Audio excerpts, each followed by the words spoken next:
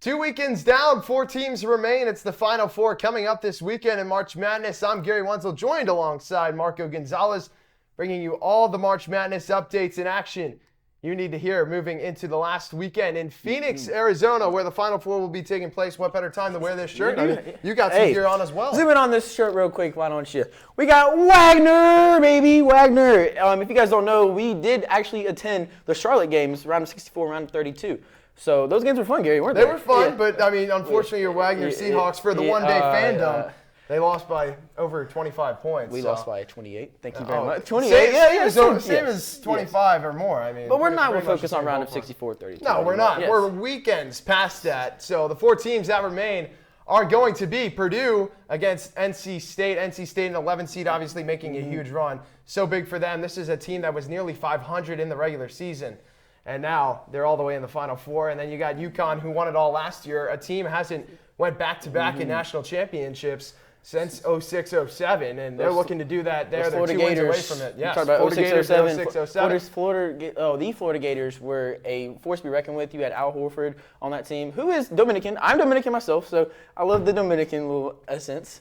So that's always fun to know. Yeah, and so UConn will take on Alabama, a team who shoots the ball really well. Alabama shoots the ball really well. In the last game, Marcus Sears, I don't know if you were watching the game, but 8 3-pointers. Alabama's going to have to be able to shoot the ball if they want to beat UConn. I mean, UConn, they're going to be taking them on the Final Four. We're going to go over the bracket here in just a second. But Marcus Sears, that was probably one of the performances that kind of just was top-notch. So let's take a look at the games this past weekend. It was the Sweet 16 and Elite 8. That sets up the Final Four. Taking a look at some of those scores. UConn, that was a close game, Marco. I mean, they were almost tied at halftime. UConn then goes on a 30-0 run. How often do you see that? You do not see that often at all. And also in the second game as well, you saw Purdue go on a huge run versus Tennessee. So both the 1 seeds were down. They were close games. Tennessee and Illinois kept it close and everything, but they were unable to get it done in the crunch time. I mean, Tennessee and Illinois. Illinois they had transfer from North Carolina. Terrence Shannon, he just was unable to do anything. I think it was 50 minutes of real time, Gary. They did not score a single basket. Like not 50 minutes of like game time, because there's 50 minutes on a game, but 50 minutes of IRL time. It's almost an hour of not scoring a basket. That's insane. Yeah, and then obviously Alabama takes down Clemson by a score of 89-82. This is a Clemson team I personally had out in the first round to New Mexico. They I did as well. Me wrong, and they played a really good Elite 8 game. They put up a fight for a team that a lot of people didn't have high expectations for. I did not expect them to beat New Mexico State. I actually had New Mexico State going to the Elite 8, not Clemson. So I kind of got backfired there. They had a really impressive win versus Baylor as well. P.J. Hall and Trent Sheffield. I think if I'm saying that correctly. Sheffield, yes. Sheffield. They are really small, but they play way bigger than their size are. They are, I think, 6'8" and 6'6" respectively, and they gave Alabama a run for their money. You had Pringle down low swatting their shots, though. So in the end, Bama and Clemson, like part 16,000, if you want to call it that, do the football matchups as well. I mean, that went to Bama as well. So Tennessee moving into Sunday. Tennessee lost to Purdue by a score of 72-66. This is a really good Tennessee team. I think this was just a tough game that someone had to lose. Both these teams easily could win a national title, but it's one of those games that's why we play the tournament, that someone has to lose it, and it was Tennessee this time. I personally had them in the Final Four, coming up a little bit short to Purdue. If you know me, you know I'm a Purdue hater, so I did not want Purdue to win that game. If we can get a graphic on the points scored, I think Zach Edey had 40 points that game. And Connect had 30. I think it was 40 and 6. Yeah, 40. Right here we have 40. Zach Edey with 40 points, guys. You don't see that too often, Gary. Connect had 37, and they had over 75 or over 50% of the points were those two teams. I think it was Edey had over 58 points combined, like responsible for. So that's just a really impressive stat. You see all the numbers there. You had Marcus Sears with 23. You had Jerry McCain with 32. We'll get in the Duke North Carolina State game in just a second. But Connect and Edey just had a battle. That was one of the best offensive games we've seen in a while. And you're going to see this coming up this weekend is Zach Edey and DJ Burns for NC State. I mean, these are the two bigs that are the remaining in the tournament. Obviously, Zach Edey, one of the best college basketball players in his era. It's going to be an interesting matchup. Burns is going to have to keep him honest. He's been dominant all tournament long. It's going to be an interesting matchup between those two. DJ Burns has a really good use of his size. And, you know, in Tennessee, he used to play for Tennessee. He gained 40 pounds within his Tennessee transfer. He went from Tennessee to Winthrop, now to NC State. So him able to do the things he's able to do, on the inside. Zach Edey, that's what, an 8-foot wingspan if I'm not mistaken? Yeah. So he's going to have to use his body, and Zach Edey does not like contact. I'm a Zach Edey hater, but he just does not seem to like contact. But I will respect his game. I'm really interested to see this matchup. You got two of the best big men in the country going at it, and it's for a chance at the national championship. Yeah, DJ Burns, like you mentioned, putting on those 40 pounds. Our director, Wyatt, big Carolina Panthers fan, maybe they could use him down there in Charlotte. And there are rumors that he's NFL teams I are mean, recruiting that's actually true. Yeah. Look at the graphic there. DJ Burns, potential tight end. We love it. That's Cam Newton's jersey right there. That's Cam Newton's jersey. Number 1 in the tight end slot. So this NC State team beat Duke by 12 points. Really a good game up until the halftime, and ever since then, NC State ran away with it. And they've proven that they're not just getting bailed out throughout this tournament. They deserve to be there. They do deserve to be there, and it's almost like the regular season was a fluke. They came into the ACC tournament, guys. If you guys don't know, they came in the ACC tournament losing their last 5 games, won 5 games in a row in the ACC tournament, and I've won 3 straight games in the tournament so far. So DJ Burns and DJ Horn, you cannot forget about the other DJ on that team. DJ Horn is a really good guard. He had actually not scored the ball well versus Duke, but they played phenomenal defense in the second half. Jerry McCain, whatever you want to say about him, had 32 points, but it just really wasn't enough. Duke looked like they were getting bodied out there in the second half. Almost they just quit. So DJ Burns, DJ Horn, I'm expecting them to have really big games. And they did against Duke. And if you could beat Duke, I mean, you almost beat anybody because that's an ACC rivalry game in the Elite Eight. That was a huge game for them. So as we move into the final weekend, 68 teams have entered the March Madness tournament. 64 have been eliminated, sent home. Season's done. 4 remain. 6:09 p.m. Eastern Time on Saturday. It's NC State and Purdue. Marco, tell me a little bit about this matchup. Who do you have in the end? Who do I have in the end? You're telling me I might have to pick Purdue here? I mean, I'm not you. I know. Again, it just really all depends on how well DJ Burns is able to score ball versus Edey. Edey's going to get his. I feel like he's going to probably have about 28-15. You're not going to be able to stop him. It's just a matter of trying to contain Smith and Jackson on the outside. Smith had, I think, 16 assists in their last game, if I'm not mistaken. So Smith and Edey, that little give-and-go action, you're literally feeding the post, and Zach Edey's there.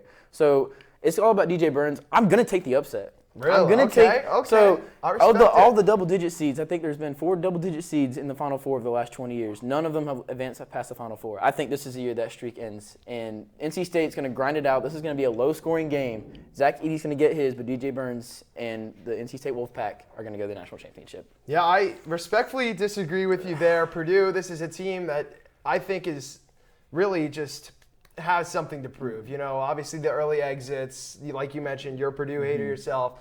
Not too many people like them. So they've got a chip on their shoulder. I think they get the job done eventually and then moving into the national championship. But this Purdue team, I just don't think anyone can stop Zach Edey. There's been some controversy about the officials with Zach Edey and the rest of the Purdue team. I don't see too much of an effect playing out in this game. Did you watch I did against Tennessee. Yeah, you saw the ticky-tack fouls that Zach Edey and they were getting. trying to sell fouls, but I mean that's not my spot to judge when it comes to officiating. So I do have Purdue in this one, but I think it's going to be close for the most part. Purdue will pull away at the end and eventually get the dub. 8:49 p.m. Eastern. Alabama, a team that shoots the three ball better than anyone in the country, taking on UConn, the best team for quite a few years now. UConn, Alabama. This game, Dalton Klingon, the center for UConn. Donovan Klingon. Klingon. I said that wrong. My bad. Klingon, just again, he's like Zach Edey. It's a 7'2" post player, and Alabama does not have size to guard him. As much as I want to pick UConn, though, I feel like I have to go with the upset here. I have to go with Bama. I'm gonna have to go with Bama here, and you're laughing, disrespecting me. But I'm not disrespecting. Yeah. I know you're a big UConn guy. I'm a huge UConn guy, but they were my 2023 national champions. They ended up winning. I'm running it back in 2024. Okay. They're gonna do it. So I think I think UConn. They have not played a tournament game in the past 2 years where they have not won by more than 15 points. I think Alabama keeps it close, maybe. But I still think UConn wins by 10 plus. The stats are there. Like you just mentioned that stat right there. That is there. I think it's been 9 games now because they played the last 9 games. I still think that Bama can shoot the ball well. And they're going to have to make shots. Yes. There's no room for error. Well, Marcus Sears hit 8 threes in the game versus Clemson. Yeah, but and you saw them light it up. If you're cold starting or finishing, you're not going to win the game. You have to be consistent making the 3-ball all game. Can you really rely on that? But if you're Alabama, though, you saw the first half. UConn only had 23 points, and they won that 30-0 run. And that's what UConn can do. They can score quick and just if you can't score and go on a drought for a few minutes, they're going to consistently keep scoring and just run away. I feel with the like lead. Alabama's got to watch that film from Illinois, do what they didn't do. Illinois was just jacking up shots. You have to play at your own pace. You can't speed up versus UConn, because if you speed up versus UConn, you're done, because they run phenomenally in transition. Yeah, that offense moves Yes. so well. So you have an NC State Alabama national championship. Who's your champion, Marco? Like I said, NC State, you got DJ Burns, you got DJ Horn, two guys that the DJ duo. I'm going to call them the DJ duo here. They're going to get it done over Alabama. I know I picked two upsets, 11 versus 4 seed, 15 seed combined if you add those two seeds together. But DJ Burns giving me the most outstanding player. He was named the most outstanding player of his region. DJ Burns is I'm riding them all the way to victory. I think that UConn wins by 10-plus points. I really don't see anyone beating this team, Marco. This is one of the best college basketball teams of all time. So I just don't see any way UConn does that. You say win. they go undefeated, though, or they haven't gone undefeated. And you said Well, they have 3 losses on a regular season, but regular season guys get injured or guys are tired. It's a healthy team right now in the tournament, and they're just continuing to do what they do. Danny Hurley, one of the best coaches in college basketball. I agree with that. He's a man on a mission. He wants to run it back to back, and he's someone dangerous to watch. No, I mean, out I for. wouldn't be surprised if UConn were to win. But what is March Madness without an upset? Like, you obviously don't want to I see mean, the one. statistically, the upsets come in the earlier rounds. Your number one seeds are going to win later on. I mean, the seed combination, I think, is 17. You have a 1 seed, 4 seed, and 11 seed. That's one of the highest we've had in a couple of years, other than last year. Last year was an year was just exception. crazy, Yeah, last year was just insane. But 2 1 seeds, you really don't see 1 seeds too often right now make it. So I'm just trying to root against the 1 seeds personally. It's not really as biased as I want it to be, but it seems biased. But you're over here, a UConn fan, cheering for UConn, and you have them winning it all by 10 plus, you said? Yeah, I think so. I really don't think that anyone in the country is close. Well, so to let me UConn. ask you this question. What is Zach Edey? How are you guys going to guard Zach Edey? Donovan Clingan. He's literally the exact same player, but more athletic. Clinging to me is just weak. Clingan Edey. is more athletic than Zach Edey. Oh, I agree, but Edey has much longer then- wingspan, and Edey's much taller. Okay, so Edey's it's got going 2 to be inches an at even least match on him. down underneath, and then UConn is the better team after you. I agree with cancel that, out. but it just what if you guys get in foul trouble, Clingan gets out of the Well, game? I mean, and a then lot you of things can happen in Yes, any game. okay, so. that is a very good point you bring up. Well, we thank you for watching this March Madness edition. It's been an excellent tournament. Make sure to tune into the games this weekend. 2 games on Saturday for the Final Four, and the national championship will be on Monday. For Marco Gonzalez, I'm Gary Wenzel. Enjoy the rest of the tournament.